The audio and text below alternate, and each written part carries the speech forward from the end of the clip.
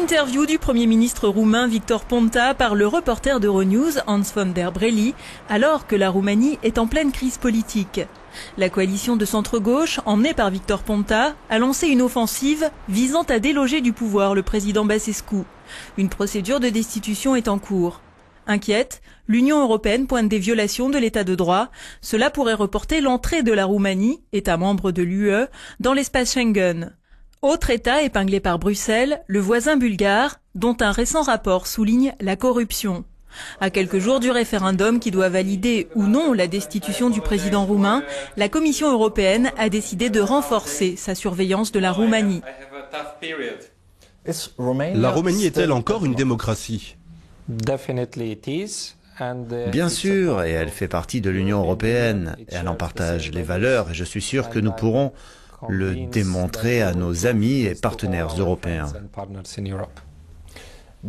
Ces dernières semaines, vous avez émis plus de 40 décrets d'urgence. La Roumanie est-elle en guerre ? Non, je ne dirais pas en guerre. Nous traversons une crise politique. La tradition de dialogue entre les diverses forces politiques n'a pas opéré ici. Et nous n'avons pas réussi à trouver le consensus qui aurait permis d'éviter cette crise.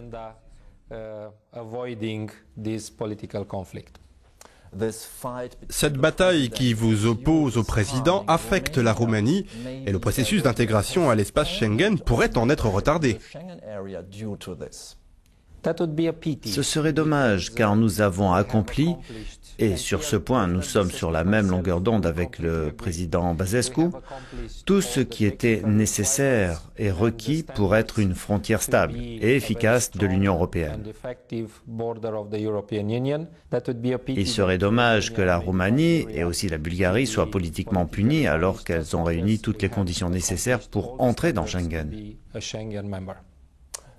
La Commission européenne va établir un nouveau rapport sur la Roumanie d'ici la fin de l'année. Quel message souhaitez-vous adresser à Bruxelles ? Le message le plus important, c'est que parmi les 11 recommandations et objections énoncées par le président Barroso, nous en avons déjà traité 7 ou 8 en une semaine. Donc, nous allons résoudre les autres afin de prouver que nous avons reçu favorablement le message de la Commission, que nous avons fait preuve de réactivité et que nous sommes prêts à nous remettre sur les rails. Washington et Bruxelles se disent très préoccupés. Respectez-vous encore la Cour constitutionnelle et ses décisions ? Complètement et pleinement. Le Parlement a également réagi de manière constructive en appliquant les décisions de la Cour constitutionnelle. Tout a été mis en place, y compris le référendum populaire avec un quorum de 50% de participation, et le Parlement ainsi que le gouvernement s'engagent à respecter et à appliquer les décisions de la Cour constitutionnelle.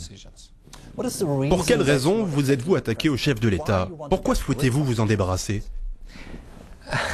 La réponse est très simple, parce que 80% de la population roumaine souhaite être débarrassée du président.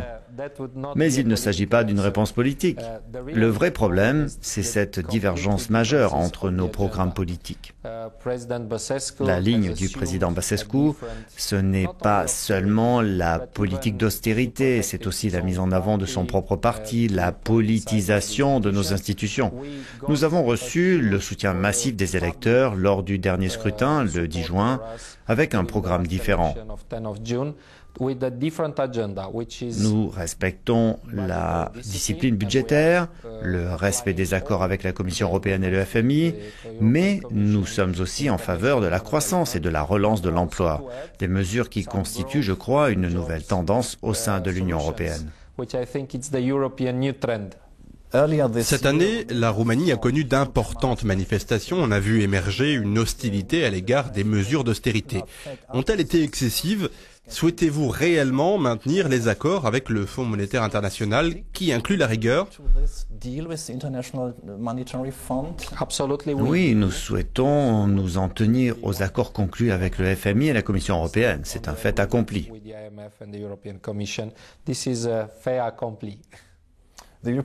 La Commission européenne est préoccupée par le fait que vous avez renvoyé ce médiateur indépendant. Comment réagissez-vous à cela ? Le Parlement, la nouvelle majorité, s'apprête à nommer un médiateur avec l'accord de toutes les forces politiques. Autre chose, votre gouvernement de coalition a tenté de remplacer 6 des 9 juges de la Cour constitutionnelle. Dès que cette rumeur s'est propagée dans la presse, nous avons émis un communiqué officiel du gouvernement et de la coalition mentionnant que personne n'avait entrepris quoi que ce soit qui irait à l'encontre de l'indépendance des 9 juges et de la Cour constitutionnelle. Donc c'était une accusation politique très sérieuse et c'est pourquoi j'ai réagi immédiatement en levant tous les doutes.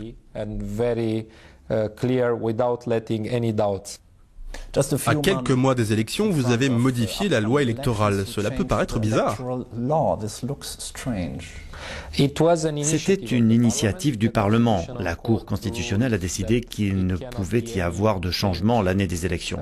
Et cette décision sera respectée.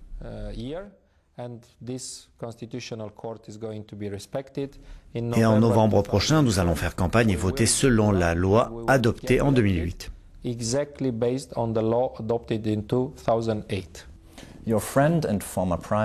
Votre ami, l'ex-premier ministre Nastase, a été emprisonné pour corruption. Et selon certaines allégations, votre offensive contre le président roumain vise aussi à racheter la condamnation de Nastase, votre ami.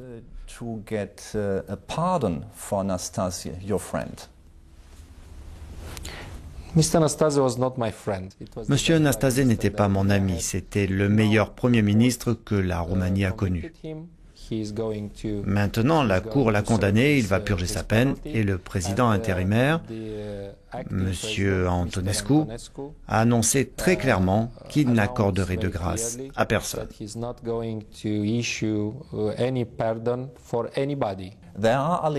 On dit aussi que vous avez copié-collé certaines parties de votre thèse de doctorat. Allez-vous démissionner ? J'ai respecté toutes les normes roumaines de 1999. La lutte contre la corruption va-t-elle continuer? Est-il vrai que vous avez tenté de changer la tête de la Direction nationale anticorruption?